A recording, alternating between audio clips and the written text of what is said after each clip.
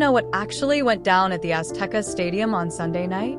Then forget about the final score for a second, because 3-2 doesn't even come close to telling the whole story.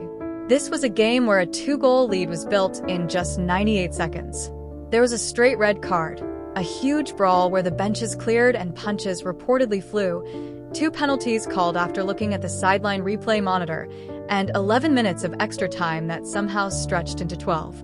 To top it all off, an England player had to be carried off on a stretcher needing oxygen, while his teammates were still celebrating. And that's just the short version. Let's actually walk through it, because this wasn't just a soccer match. It was a survival story that happened to have a soccer game breaking out in the middle of it. First, you have to understand that the chaos didn't start at kickoff. It started the night before in a hotel parking lot.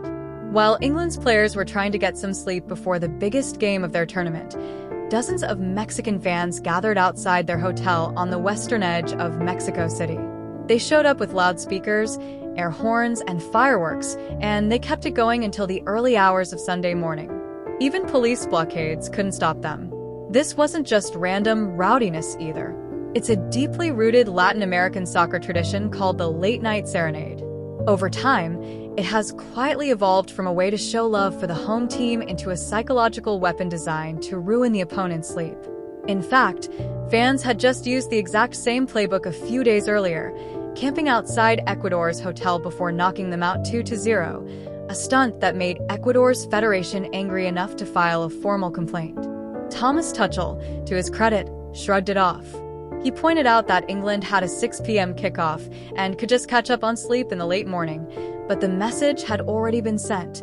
You are not welcome here. And a ball hadn't even been kicked yet. Then there's the stadium itself. You can't talk about England at the Azteca without talking about the ghosts that live there.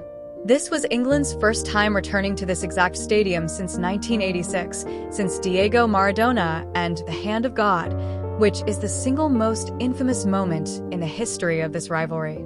So, the venue was already heavy with history before you added anything else. And Mexico added everything else. The stadium sits about 7,350 feet above sea level. That thin air leaves visiting players feeling genuinely lightheaded. On top of that, it was packed with over 80,000 fans who didn't stop screaming for 90-plus minutes. Their new chanting slogan rolled around the stadium like weather. Then, the actual weather showed up. Thunderstorms and pouring rain pushed the kickoff back a full hour. While everyone waited, the stadium DJ played Don't Look Back in Anger, and 80,000 Mexican fans completely booed it out of existence. That's the atmosphere England walked into. Now for the actual game.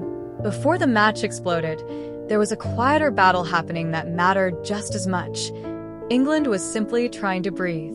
Tuchel had set one very specific goal for the opening minutes: get the team to the first hydration break without giving up a goal.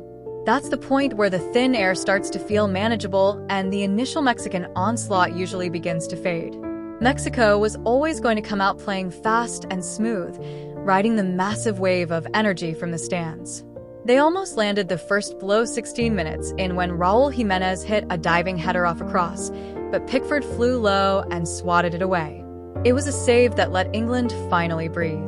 England's plan was to keep cool heads, maintain their spacing, and not overcommit or get sucked into the noise. The crowd hated how slowly England was moving the ball, but that was exactly the point. Once England found their footing, they didn't just survive the pressure, they punched back. For about 7 minutes, it looked like England might get swallowed whole. Then Jude Bellingham decided to turn all that noise into fuel. In the 36th minute, Pickford threw the ball out quickly to Declan Rice, who drove forward and passed it to Bukayo Saka. Saka bought himself a little bit of space and whipped in a perfect cross, and Bellingham arrived like a freight train to head it into the net. Just 98 seconds later, straight from the kickoff, England did it again. Bellingham bundled home Kane's low cross simply because he wanted it more than anyone else on the field.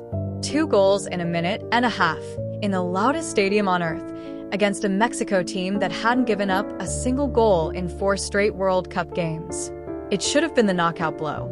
Of course, it wasn't, because the Azteca wasn't done with them yet. Right before halftime, Ezri Konsa only partially cleared a Mexican free kick. The loose ball dropped, and Julian Quinones absolutely blasted it into the back of the net. 2-1, the stadium exploded. Suddenly, a game England had completely under control became a live grenade again. You could just feel the whole thing shifting. The crowd had found its voice, and Mexico had all the momentum. England managed to survive until the halftime whistle, with Bellingham making a last-second, goal-saving challenge on a Mexican header. But the vibe going down the tunnel wasn't "we're winning." It was "we're in trouble." If you thought the first half was wild, the second half is where this game completely lost its mind. England actually came out for the second half strong, sensing they needed another goal to finish off the match. Nico O'Reilly pushed up from left back and rattled a shot off the post from outside the box, coming within inches of a fourth goal that would have buried Mexico. That was the version of the night where England regains control and cruises to a win. It lasted about 4 minutes. Because in the 54th minute, everything changed.